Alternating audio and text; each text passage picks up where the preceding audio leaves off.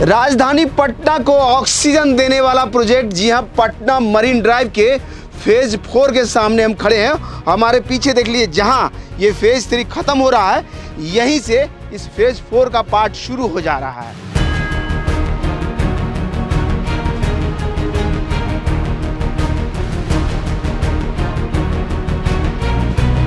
सामने ये लॉन्चर खड़ी है और इस लॉन्चर के आगे एक पिलर यह बचा है और इसके ऊपर जैसे ही सुपर स्ट्रक्चर लॉन्च हुआ, यह ब्रिज जो है आगे से जुड़ जाएगा।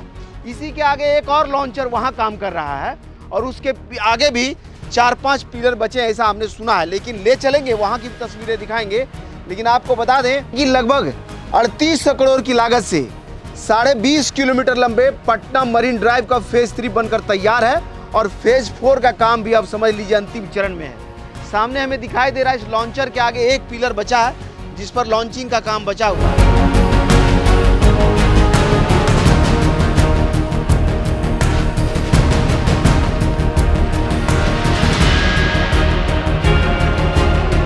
ये वाला जो जगह है जहां हम खड़े हैं, ये पटना घाट का वो स्ट्रेच है जहां से ये पुराना वाला पटना घाट जो स्टेशन है वहां से इसको जुड़ना है। और रेलवे की ये वाली जमीन जो है वो मरीन ड्राइव को मिलना है, उसके लिए अभी काम समझ लीजिए वो भी अंतिम चरण में है। पथ निर्माण के लोग कह रहे हैं कि हमें जमीन मिल गया है और जल्द ही इस पर काम शुरू होगा। फिर यहाँ पटना घाट पर भी ये पटना सिटी से कनेक्ट हो जाएगा। इससे आगे आ जाइए तो ये सीधा कॉरिडोर आगे चलता हुआ सीधा आपको दीदारगंज तक लेकर के जाता है। और जहाँ हम खड़े हैं ये 16.5 किलोमीटर का स्ट्रेच है और यहाँ से 4 किलोमीटर का और स्ट्रेच बनना है, जिसके लिए काम अपने अंतिम दौर में है। ये अगर पूरा हुआ तो पटना को ऑक्सीजन देने वाला यह रोड पटना के इस पूर्वी छोर से यानी दीदारगंज से उस तरफ में दीघा तक जुड़ जाएगा और गंगा किनारे किनारे यह पूरी कनेक्टिविटी पटना के आउटर क्षेत्र से आम लोगों को देने लगेगा। जब से यह रोड बनना शुरू हुआ,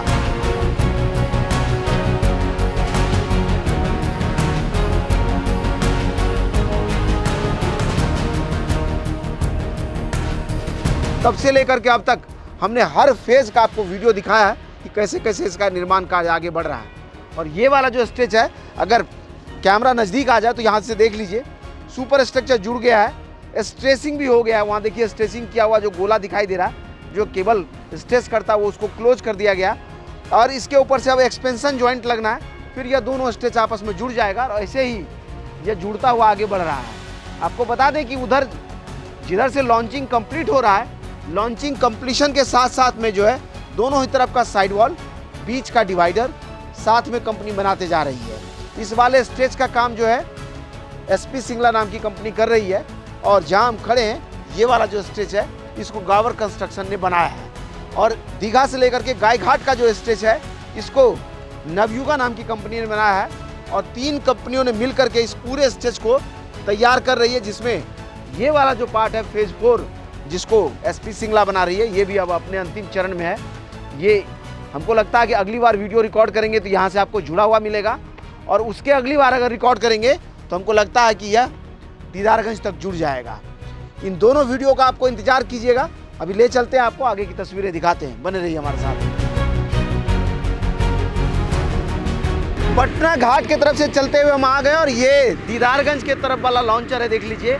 और यहाँ से आगे अब 9 पिलर बचे हैं जिस पर अब सुपर स्ट्रक्चर के लॉन्चिंग का काम होना है। और वही कैमरा अगर इस तरफ में घूम जाए तो ये देख लीजिए पूरा कॉरिडोर इधर से बना हुआ दिखाई दे रहा है। सामने जिधर से काम जैसे जैसे कंप्लीट होता हुआ आ रहा है, बीच में डिवाइडर, दोनों तरफ का साइड वॉल भी बना रही है कंपनी ताकि इसका काम पूरा हो सके। दिसंबर तक का टारगेट था, लेकिन अब आपको मार्च तक का इंतजार करना होगा, क्योंकि फरवरी महीने तक ये लोग बता रहे हैं रोड कंस्ट्रक्शन डिपार्टमेंट के लोग कि इसका काम को हम पूरा कर लेंगे और मार्च से आपकी गाड़ी सीधा यहाँ दीदारगंज से लेकर के दीघा तक दौड़ने लगेगी। ये वाला जो स्ट्रेच है सीधा आगे बढ़ेगा। आगे देखिए जो है गवार कंस्ट्रक्शन ने वहाँ तक बना रखा है और इससे आगे सीधे ये जब जुड़ेगा तो आपकी गाड़ी यहाँ आकर के उतरेगी और यहीं से कच्ची दरगाह ब्रिज का जो है स्ट्रेच ऊपर उठ रहा है, जो सीधा आपको कच्ची दरगाह बिदुपुर ब्रिज होते हुए गंगा के उस पार ले जाएगा और सीधा आप समस्तीपुर या वैशाली जा सकेंगे। आने वाले समय में एक नया ऑक्सीजन इस लाइफलाइन के लिए लेकर के आएगा जब ये दीदारगंज में जुड़ जाएगा। उसकी तैयारियां हो रही है या कहिए तो अपने अंतिम चरण में इसका काम है। और ये वाला लॉन्चर पर देखिए अभी सुपर स्ट्रक्चर यहाँ से वहाँ लटका हुआ है।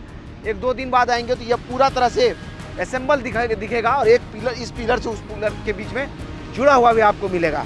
फिर ये लॉन्चर इसको जोड़ लेने के बाद ठीक आगे बढ़ेगा और फिर इसी तरह से कई स्ट्रक्चर इसमें लगेंगे और फिर अगला पिलर के बीच का स्ट्रक्चर ये तैयार करेगा। इसी तरह से तैयार करते हुए ये आगे उस कॉरिडोर में जा करके मिल जाएगा और फिर यह ब्रिज बन करके फाइनली तैयार हो जाएगा। आपको बता दें कि 20.5 किलोमीटर लंबा पटना का ये गंगा पथ या मरीन ड्राइव का काम अपने अंतिम चरण में इसका फेज 4 बन रहा है। लगभग 3800 करोड़ की लागत से इसका निर्माण हो रहा है। मुख्यमंत्री नीतीश कुमार का यह ड्रीम प्रोजेक्ट है और पटना वासियों का ये लाइफलाइन है। ये अगर पूरा हुआ तो सीधा गंगा किनारे किनारे पटना के आउटर क्षेत्र से पूरब से पश्चिम पटना को कनेक्टिविटी मिलेगा और बीच में जहाँ जहाँ इसका स्ट्रेच डाउन रैम्प के जरिए आपको अशोक राजपथ पर उतारेगा या फिर गांधी मैदान में उतारेगा, आपके लिए वहाँ सुगमता यह प्रदान करेगा या कर भी रहा है। जब से यह बना है तब से पटना वासी के लिए एक घूमने का स्पॉट भी है और जो लोग इस ड्राइव पर होकर के जाते हैं वो मिनटों में अपने गंतव्य तक पहुंच जाते हैं। तो है ना कमाल का यह सड़क और जिसका हर अपडेट आप हमारे जरिए देखते हैं। बाकी जैसे जैसे इसका काम आगे बढ़ेगा उम्मीद करते हैं कि अगली बार अगर हम इसको रिकॉर्ड करेंगे यह पूरी तरह से जुड़ा हुआ मिलेगा। उस वीडियो का भी इंतजार कीजिए। बाकी इसी तरह के और वीडियोज़ को यूट्यूब पर देखते रहने के लिए वे4यू को सब्सक्राइब कीजिए। अगर आप हमें फेसबुक पर देखते हैं तो हमारे पेज को लाइक कीजिए। इंस्टाग्राम और ट्विटर पर भी हमारी आपसे मुलाकात होती है, आप चाहे तो वहाँ हमारे साथ जुड़ सकते हैं। धन्यवाद।